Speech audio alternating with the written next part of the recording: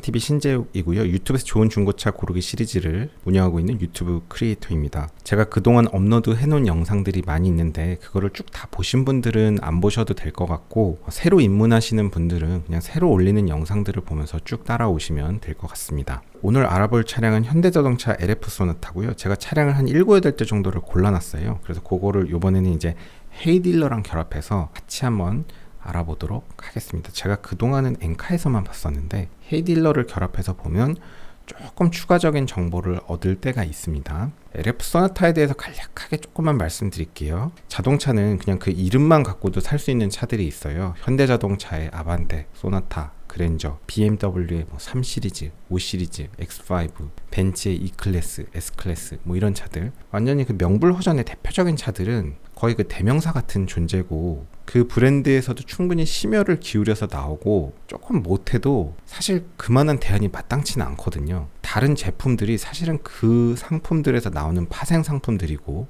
그 브랜드 안에서도 그러다 보니까 지금 말씀드린 이런 제품들이 제일 주력이고, 그냥 잘 모르면 그냥 그런 것들을 사면 제일 무난합니다. 대체적으로 다른 브랜드로 빠지는 거는 나는 진짜 현대는 마음에 안 들어서 못 사겠어 이러면 이제 르노, 삼성, 쉐보레 다른 브랜드로 빠지겠죠. 기아차는 현대차랑 똑같으니까. 중고차 시장으로 오면 얘기가 조금 바뀝니다. 중고차 시장에서도 아반떼, 소나타, 그랜저 너무 좋아요. 너무 좋은데 얘네들의 문제는 황금성이 너무 좋아서 감가가 잘 안 돼.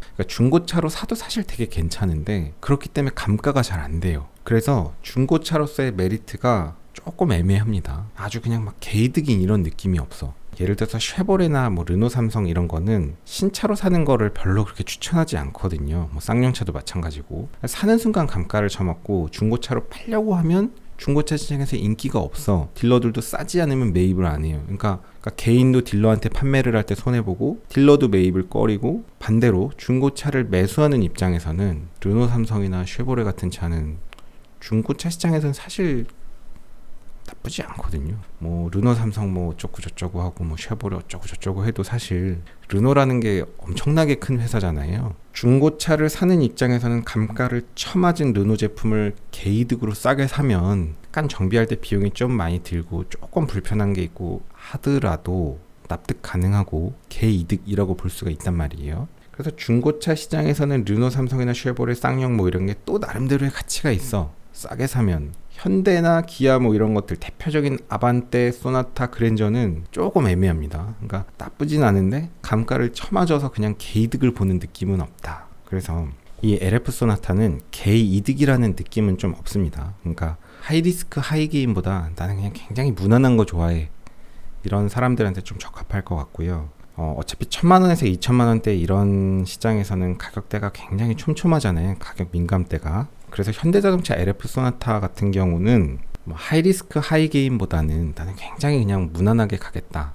감가 그렇게 아주 처맞지 않아도 되는데 신차 생돈 주고 다 사기는 아깝고 그냥 적당히 감가 맞대 대신에 그냥 안정적인 무난한 후회 없는, 그러면서 유지관리 편한 중고차를 사겠다 라는 사람한테 적합할 것 같고요. 그러면서 제가 추천드리는 분들은 어떤 분들이냐면 지금부터 보여드릴게요. 자, 이 차 있잖아요. 캐스퍼 사려고 하시는 분들. 이 캐스퍼 가격이 1380만원에서 시작해요.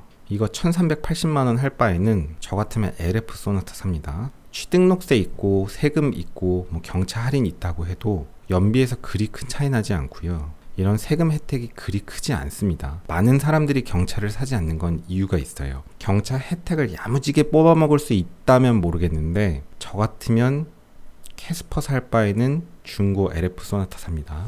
그 다음에 소나타 신차가 2800만원부터 시작하는데요. 이 차를 사서 정말 한 15년을 탈 수 있다, 완전히 그냥 감가 다 끝날 때까지 탈 수 있다 한다면 신차를 사는 것도 괜찮을 것 같기는 한데, 우리가 돈이라는 거는 기한의 이익이 있잖아요. 물론 2800만원 주고 사서 세금까지 하면 거의 3000만원 들겠지만 3000 들여서 15년 잘 야무지게 타면 나쁘진 않은데 15년 더 타는 건 좀 무리고 10년 더 타고 파는 게 괜찮을 것 같습니다. 그렇게 하면 더 손해 아니냐 하실 수 있는데, 돈이라는 건 기한의 이익이 있고 작은 시드머니의 가치와 나비 효과를 생각한다면 사람에 따라서는 차에다 들어가는 돈을 아끼는 방법으로서 그냥 신차에 3천만 원 때려 박느니 LF 소나타 중고로 가서 1000에서 1500만 원으로 쇼부를 보는 것도 나쁘진 않을 것 같고요. 야무지게 잘 탈 거면 신차를 사는 것도 전 나쁘진 않은 것 같은데, 문제는 뭐냐면 소나타 3000 주고 살 바에는 저 같으면 그랜저가 3700부터 시작하는데 이런 식으로 하면 끝은 없는데, 3000 주고 소나타 살 바에는 3700 주고 그랜저를 갈 것 같아요. 그러니까 어차피 3000 갈 사람은 그랜저 가고, 그랜저 안 갈 거면 중고 그냥 1500 LF 소나타로 빠지는 게 어떻겠냐, 저는 그렇게 생각하고요. 자, 그 다음에 배뉴가 2146만원입니다. 이거 1.6 가솔린인데 출력이 놀라워요. 재원을 보시면 1.6 가솔린이 120마력인데요 120마력짜리 1.6 가솔린을 가격이 얼마였지? 2146만원 주고 산다? 저는 이런 게 되게 비싸게 느껴지거든요. 여러분은 안 그러신가요? 이런 게 약간 좀 이렇게 파생으로 나오는 물건 같잖아요. 저는 이런 거 2200만원 다 주고 살 바에는 차라리 그냥 중형 소나타를 살 것 같습니다. 가격은 훨씬 더 저렴하고 배기량은 그래도 나름 2.0이고, LF 소나타 2.0 168마력이잖아요. 이 정도 출력이면은 뭐 아주 좋은 건 아니지만 나쁘지 않죠. 대충 한 200마력 근처 100마력 후반 정도 가면 출력이 괜찮은 차거든요. 그래서 제가 항상 말씀드리잖아요. 클래스는 영원하다고. 새 차가 나오더라도 그 급은 이기지 못해요. 그 이유는 어떤 물리적인 특성 때문에 그런데, 차가 급이 올라가면 축간 간격이 길어지고, 그러니까 뭔가 고속도로를 직진할 때 그 주행하는 느낌이 더 좋아지고, 급이 올라가면 차대가 조금 더 무겁기 때문에 현가 하보다 현가 상이 더 무거워서 승차감이 더 안정적으로 됩니다. 소형차는 현가 상이 가볍기 때문에 아무리 어떻게 세팅을 해도 고급진 승차감이 나올 수가 없어. 작은 차로서는 구현을 할 수 없기 때문에 아무리 최신의 배뉴라고 해도 차라리 중형의 소나타가 승차감이 더 좋다. 저는 배뉴를 좋게 보진 않습니다. 이런 차들을. 그 다음에 또 비슷한 게 있죠. 코나, 제가 볼 땐 거의 똑같은 차인 것 같은데 뭐가 다른지는 모르겠습니다. 이 무려 2,500만 원이나요? 이게 왜 2,500만 원이야? 이건 왜 그럴까요? 재원을 한번 볼까? 뭐 다른가? 이거는 2.0에 1.6 터보니까 조금 얘기가 다르긴 합니다. 그래도 얘는 좀 배뉴랑 같이 보면 조금 서운할 것 같기는 한데, 출력은 확실히 위지만 되게 차대가 작잖아요. 제가 앞에 설명드린 거로 가름하겠습니다. 물론 축간 간격이 작고 작은 차를 선호하는 사람들도 있기는 있어요. 근데 대부분의 한국 정서는 큰 차를 좋아합니다. 현가 상의 무게가 무거운 느낌을 보통의 일반 사람들은 좋아합니다. 2,500만 원 주고 코나 신차를 사진 않습니다. 저는 제가 느낄 땐 되게 부자들이 사는 차 같고요. 아반떼 2천만 원인데 앞에서 말씀드렸죠. 클래스는 영원하다라고 말씀드렸잖아요. 클래스는 극복을 할 수가 없거든요. 새로운 아반떼가 나와도 구형의 소나타급을 따라오지 못해요. 축간 간격이나 현가 상의 무게 때문에, 그 다음에 배기량 때문에. 자동차 엔진이 더 좋아지지 않았냐, 미션이 더 좋아지지 않았냐. 미션과 엔진은 최근 5년, 10년 사이엔 큰 발전이 있지 않죠. 큰 발전 없습니다. 최근에 있었던 발전들은 대부분 소소한 디테일의 발전이죠. LED 이런 거라든지, 혹은 약간 안전에 대한 옵션들.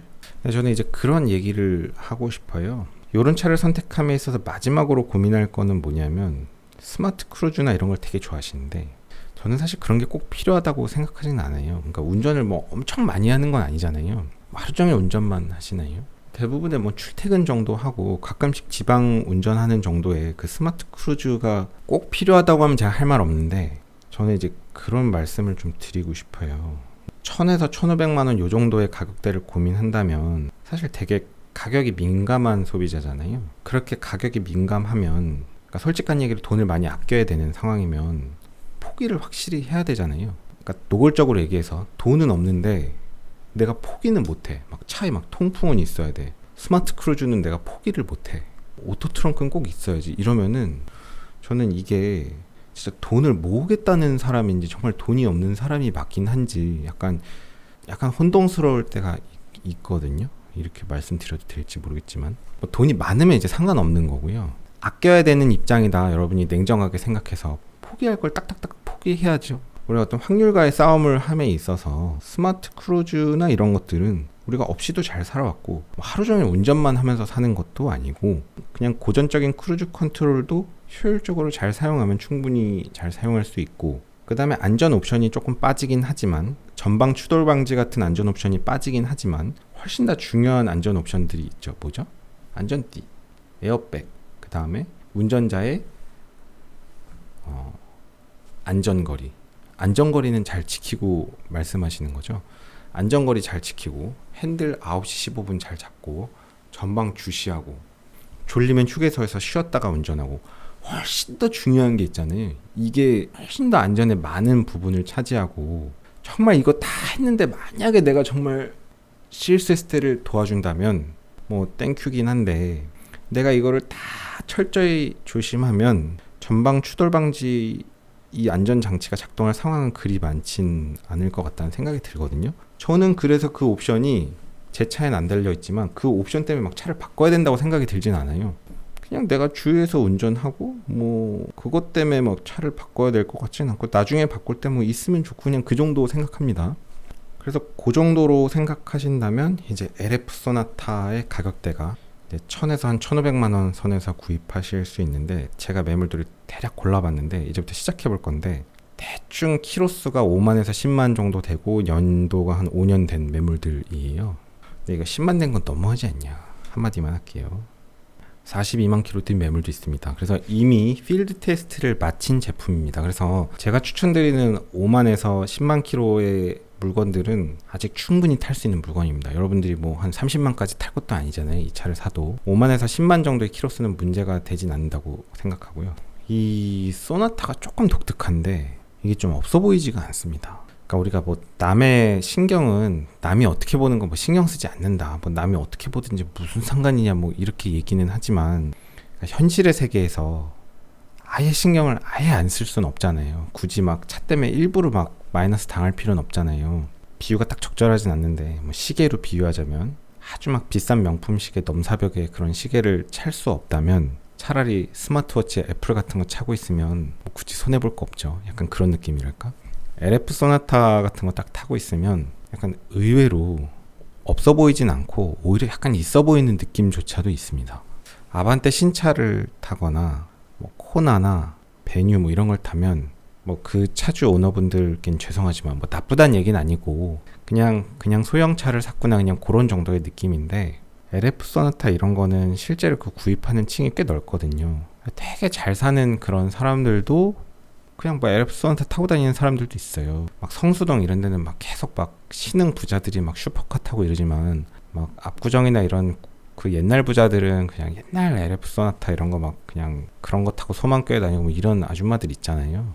그러면서 그거 그냥 부모한테 받아서 타고 다니는 사람들도 있고 이러니까 약간 그런 LF 소나타는 그냥 우리 집은 부모님이 안 사줘서 그냥 부모님 타는 차 받아서 타고 다니는데 이러면서 그냥 20대 30대가 타고 다니면 오히려 없어 보이지가 않아. 나는 내가 30대인데 너 코나 탈래? 아반떼 탈래? 베뉴 탈래? 차라리 LF 소나타 타겠습니다. 그리고 뭐 정비나 이런 거에 대해서는 2차 정비 걱정하면 살 수 있는 차가 있나요? 서론이 너무 길어서 영상을 여기서 끊어서 갈게요. 그래서 차량을 보는 거는 쉬었다가 다음 영상서부터 시작하도록 하겠습니다. 긴 영상 봐주셔서 감사합니다. 수고하셨습니다. 고속도로 1차로는 앞지르기 차로입니다. 계속 주행을 하시려거든 주행 차로로 내려오십시오. 앞지르기 차로 계속 주행은 단속 대상입니다.